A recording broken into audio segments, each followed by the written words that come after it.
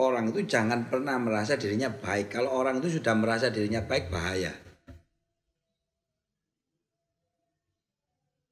Merasa pinter, bahaya.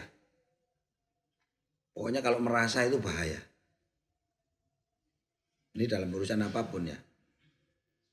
Jadi jangan pernah merasa kamu misalnya ibadahnya sudah bagus. Sholatnya sudah bagus. Kau merasa sudah pinter. Dalam agama sudah menguasai ini, sudah bisa ini. Itu bahaya. Karena kalau orang itu sudah merasa baik, dia nggak akan mau introspeksi. Dia nggak akan mau mengevaluasi dirinya.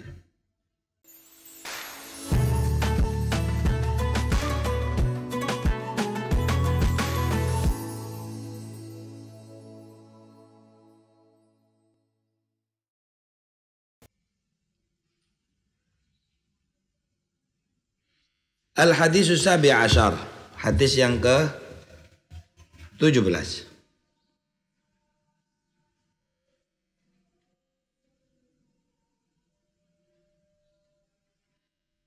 An Abi Ya'la Shaddad ibn Aus radhiyallahu ta'ala anhu an Rasulillah sallallahu alaihi wasallam. Inna Allah, sesungguhnya Allah itu kataba, mewajibkan,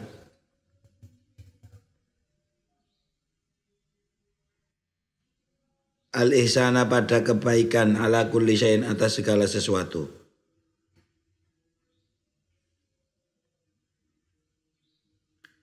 Fa idza qataltum, maka apabila kalian membunuh,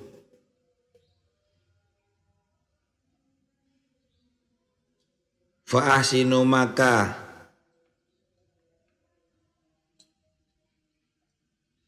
berbuat baiklah kalian.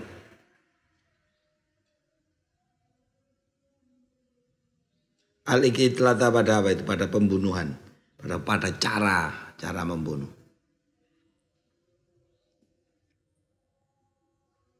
Wa idza dabahtum, dan apabila kalian menyembelih, fa ahsinu, maka berbuat baiklah atibata pada penyembelihan, pada sembelihan. Wal yuhidda, dan hendaklah mempertajam. Siapa hadukum, salah satu di antara kalian, syafrotahu, pada apa? Senjatanya. Wal yurih, dan hendaknya ia membuat nyaman. Tapi tahu pada sembelihannya.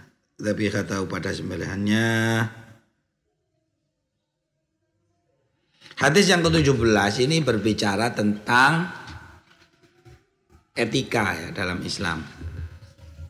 Etika. Islam itu menekankan bahwa segala sesuatu harus dilakukan dengan cara yang terbaik. Segala sesuatu harus dilakukan dengan cara yang baik. Sini misalnya dicontohkan, ini contoh yang sederhana ya. Ketika kita menyembelih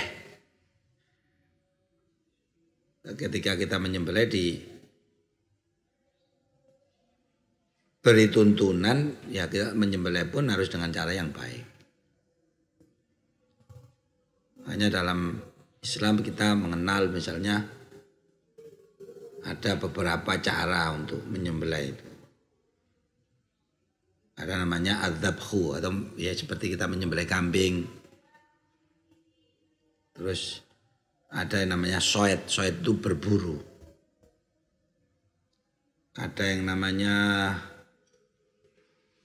an-nahru, itu untuk binatang-binatang yang berlayar panjang seperti onta. Itu adalah ada beberapa teknik ya untuk menyembelih.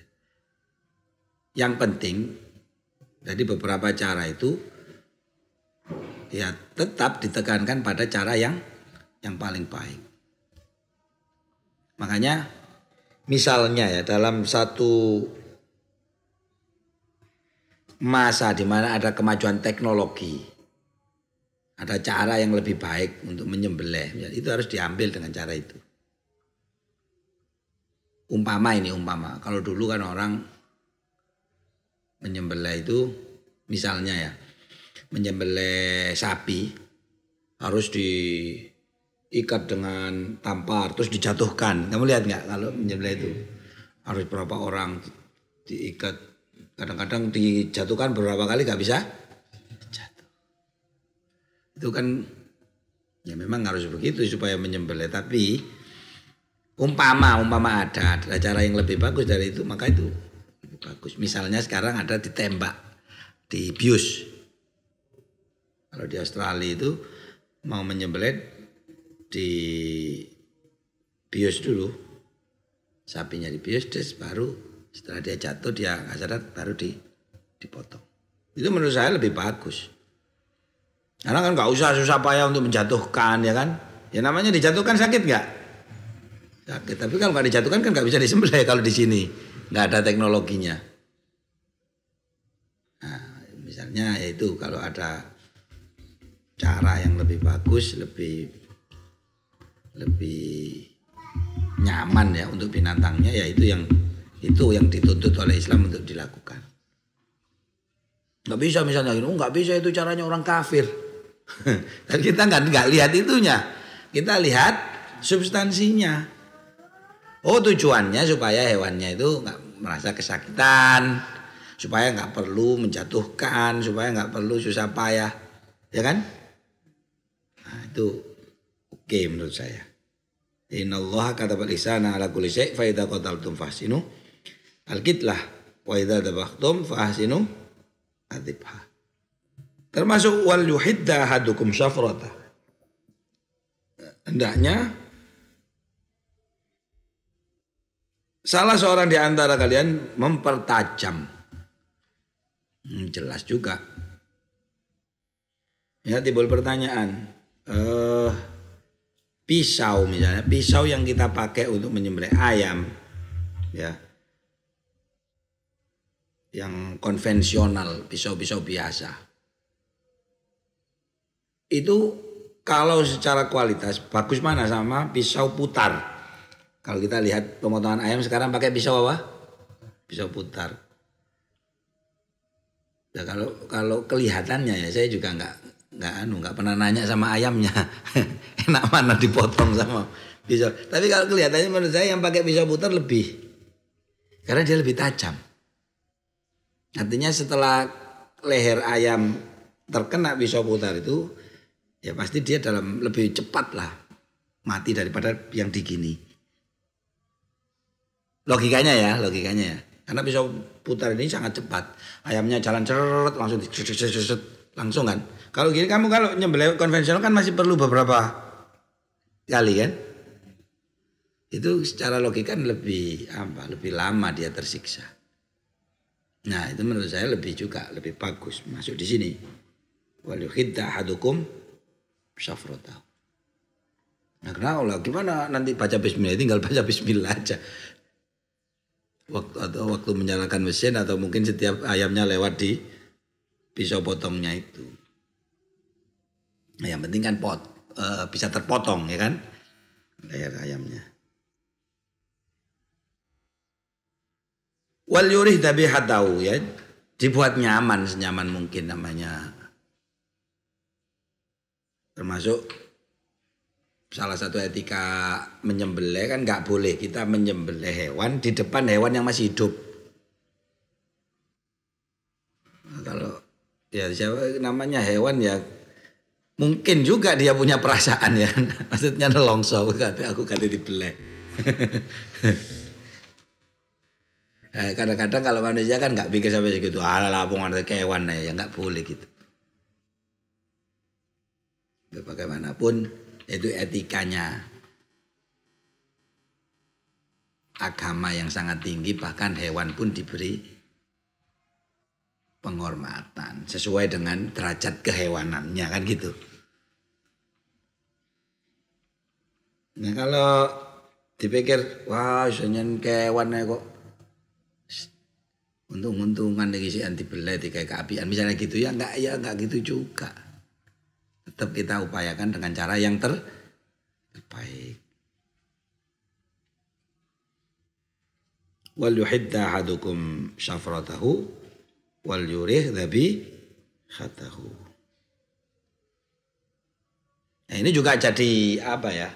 Kadang-kadang orang-orang yang usil-usil menyerang Islam.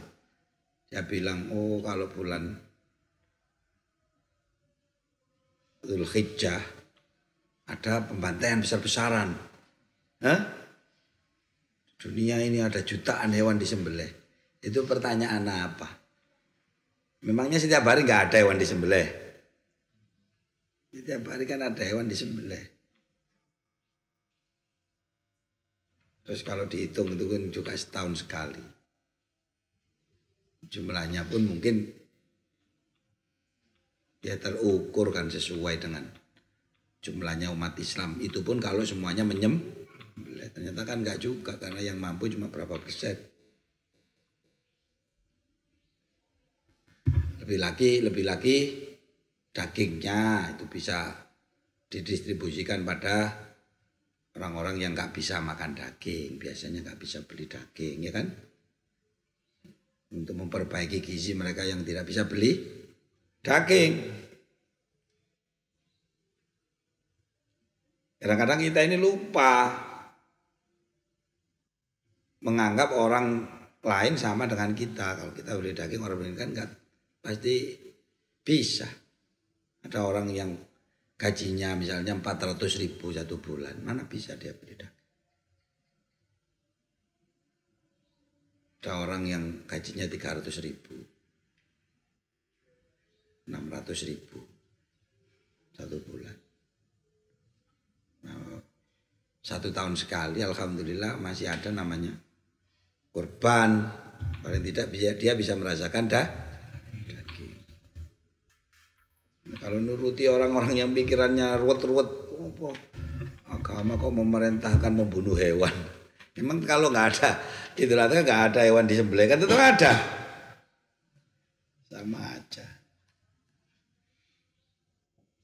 Ya tapi sekali lagi yaitu kita juga harus menunjukkan bahwa Islam menganjurkan kita menyembelih pun dengan cara yang terbaik. Al-hadis Tsamin Ashar, hadis yang ke-18. An Abi Dzar Jundub bin Junadah wa Abi Abdurrahman Mu'adz bin Jabal radhiyallahu taala anhuma an Rasulillah sallallahu alaihi wasallam qala Ittaqi bertakwalah kalian, bertakwalah kamu. Ittaqi bertakwalah kamu Allah pada Allah haitsu ma kunta di mana saja kamu berada. Wa adbi dan ikutilah asyiata pada kejelekan al hasanata dengan kebaikan. Tamhu yang menghapus apa hasanah, tamhu yang menghapus apa hasanah pada sayyi'ah. Tamhu yang menghapus apa hasanah pada sayyi'ah wa khaliq dan bergaullah kamu annasa pada manusia bihulukin dengan akhlak hasanin yang bagus. Rawahu Tirmidzi wa qala haditsun hasanun wa fi ba'din nusahi hasanun sahihun.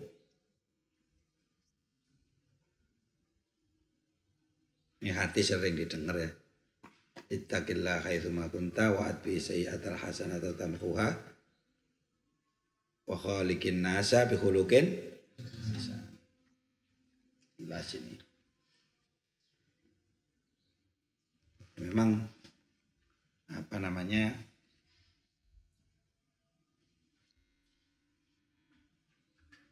yang penting dalam agama itu adalah refleksi diri.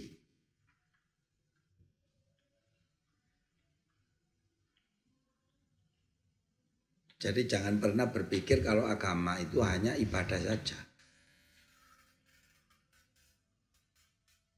Orang kalau mikirnya agama itu ibadah saja, apalagi dipersempit lagi, ibadah harus seperti yang dicontohkan oleh Rasulullah. Kalau tidak dicontohkan Rasulullah berarti bid'ah. Kalau bid'ah berarti sesat. Kalau sesat berarti masuk neraka. Wah, itu sempit sekali beragama begitu. Ya kita tidak memungkiri ya kalau memang sebagian besar agama itu menuntut kita pada ritual-ritual ibadah. Ya, ada sholat, ada puasa, ada zakat, haji kan gitu ya. Itu nggak bisa dipungkiri. Tetapi hal-hal selain itu, bahkan itu adalah buah. Buah dari ibadah-ibadah yang sifatnya ritual. Itu adalah ya hal-hal yang tidak terlihat, misalnya seperti apa ketakwaan. Ketakwaan itu kan nggak kelihatan, karena adanya dalam hati. Orang dikatakan hatinya takut kepada Allah, karena ketakutan itu dia bisa menjalankan kebaikan, kemudian dia nggak mau melakukan keburukan. Itu kan adanya di dalam hati, nggak bisa dilihat. Itu buahnya, buah dari ibadah. Termasuk apa tadi? Wa'at bi isai'atal hasanata tambuh, itu juga satu apa ya? Satu refleksi juga. Orang itu jangan pernah merasa dirinya baik. Kalau orang itu sudah merasa dirinya baik, bahaya. Merasa pinter, bahaya. Pokoknya kalau merasa itu bahaya. Ini dalam urusan apapun ya. Jadi jangan pernah merasa kamu misalnya ibadahnya sudah bagus, sholatnya sudah bagus, kalau merasa sudah pinter dalam agama, sudah menguasai ini, sudah bisa ini, itu bahaya. Karena kalau orang itu sudah merasa baik, dia nggak akan mau introspeksi, dia nggak akan mau mengevaluasi dirinya. Sama, orang merasa pinter, dia nggak akan mau belajar lagi, namanya merasa sudah pinter. Makanya itu harus terus menerus benar nggak? Ini kita ini sudah, saya ini sudah melakukan sesuatu yang dikehendaki Allah. Kalau saya melakukan ini, apakah Allah itu ridho? Kalau saya melakukan ini, apakah Allah tidak marah? Lah itu harus terus direfleksi. Bukan sekedar sholat, bukan sekedar yang ibadah-ibadah yang ritual.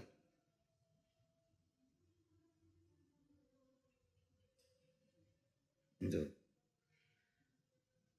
Termasuk apa? Menyesal, rasa menyesal itu juga penting. Rasa menyesal ketika kita melakukan kejelekan itu penting. Bagian dari refleksi diri. Oh iya, tadi saya kok melakukan ini ya. Kenapa ya tadi saya kok melakukan itu ya? Itu kan nggak bagus. Itu kan apa? Itu kan diharamkan syariat. Itu kan dilarang syariat. Itu kan kalau dilarang syariat berarti Allah nggak suka. Nah itu penting.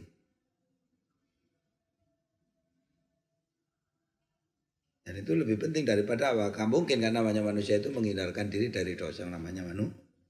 Tapi yang penting itu disesali. Ya kenapa ya tadi saya kok nggak sholat? Kenapa tadi saya berbohong misalnya? Kenapa saya tadi mencuri? Kenapa saya tadi ngomong jelek sama teman misalnya? Itu harus disesali, nggak apa-apa. Kalau ada orangnya, kalau bisa minta maaf, minta maaf. Kalau mengambil hak orang ya minta ridho, kalau nggak minta ridho diganti. Dan seterusnya. Yang penting itu kita harus menyesal. Makanya nafsunya orang mukmin namanya nafsu lawamah. Nafsu yang selalu mencela dirinya. Itu bagus, berarti masih punya iman.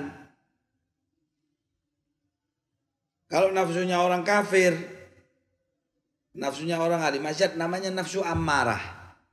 Dia nggak peduli, dia melakukan kejelekan malah bangga. Dia melakukan kejelekan tidak menyesal. Itu namanya nafsu amarah. Kalau orang mukmin namanya nafsu lawamah. Makanya kalau kamu masih ada rasa menyesal ketika melakukan kejelekan, harus bersyukur. Berarti kamu termasuk orang yang beriman. Nah, setelah menyesal bagaimana? Wa'adbi sayyi'atal hasanata tamhuha. Jadi ganti dengan perbuatan yang baik. Ditutup,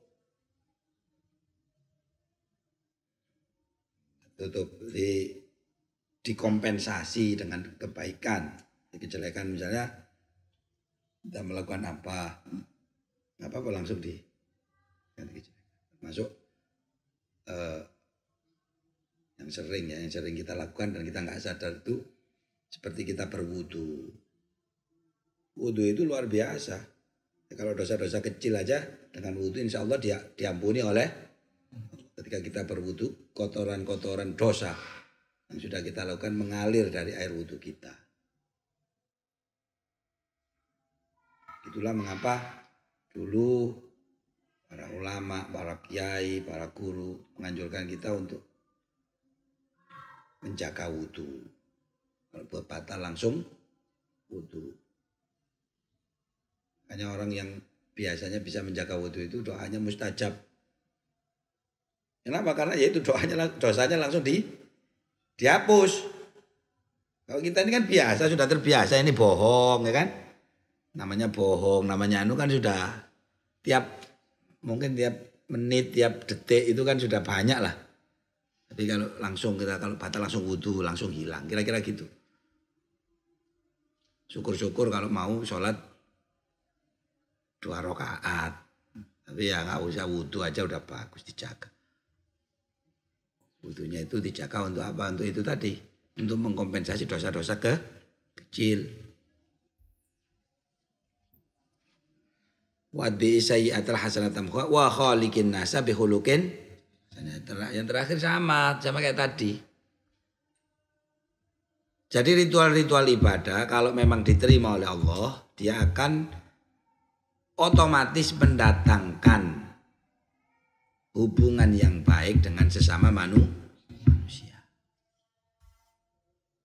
Udahlah itu udah rumus. Sudah rumus.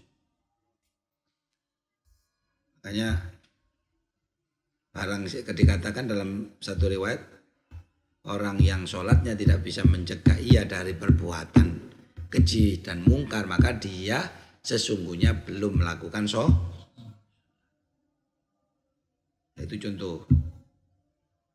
Artinya secara umum kalau orang itu beragamanya baik, iman di hatinya itu baik, dia akan juga mempunyai akhlak yang baik. Sudah rumus.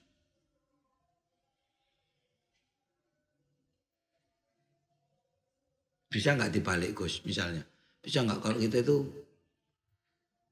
orang yang penting akhlaknya aja baik, nggak usah ibadah. Nah, misalnya ngono, ya nggak iso, sama aja itu artinya. Itu sama dengan orang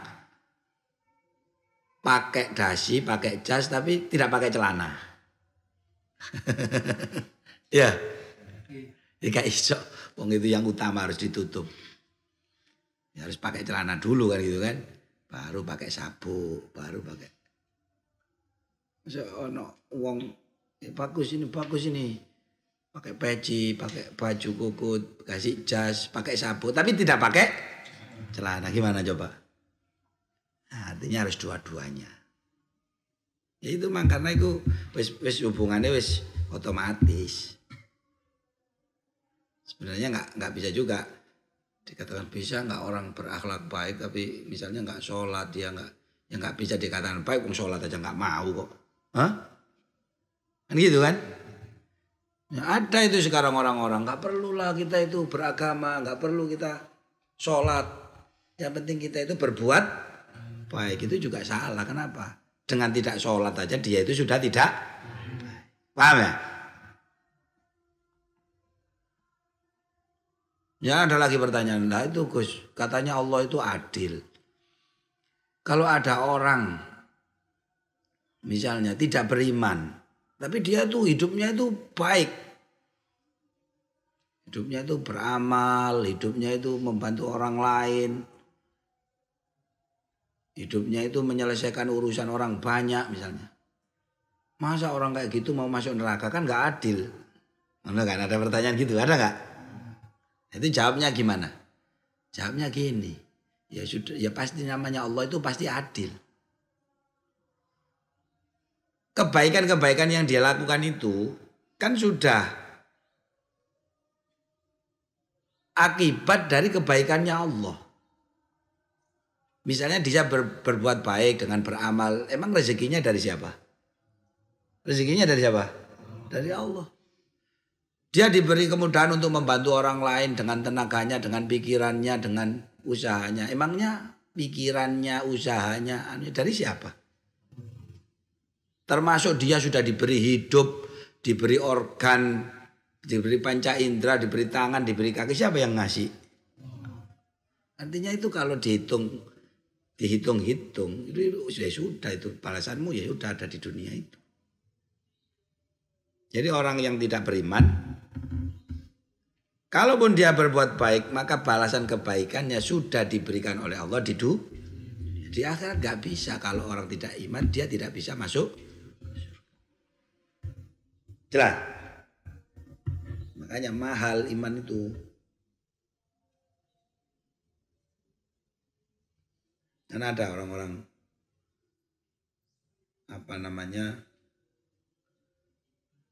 yaitu dia penekanannya itu selalu begini, ya buat apa orang itu sholat tapi tidak perbuatannya jahat, lebih baik nggak sholat tapi perbuatannya baik. Itu keliru sih, bener apa ya harus sholat ya harus baik. Kenapa? Karena tidak sholat itu sudah tidak baik. Enggak sholat kok baik dari mana? Wong dia tidak mau membangun hubungan yang baik dengan yang menciptakan kok. Mau dibilang baik dari mana? Itu ya. Jadi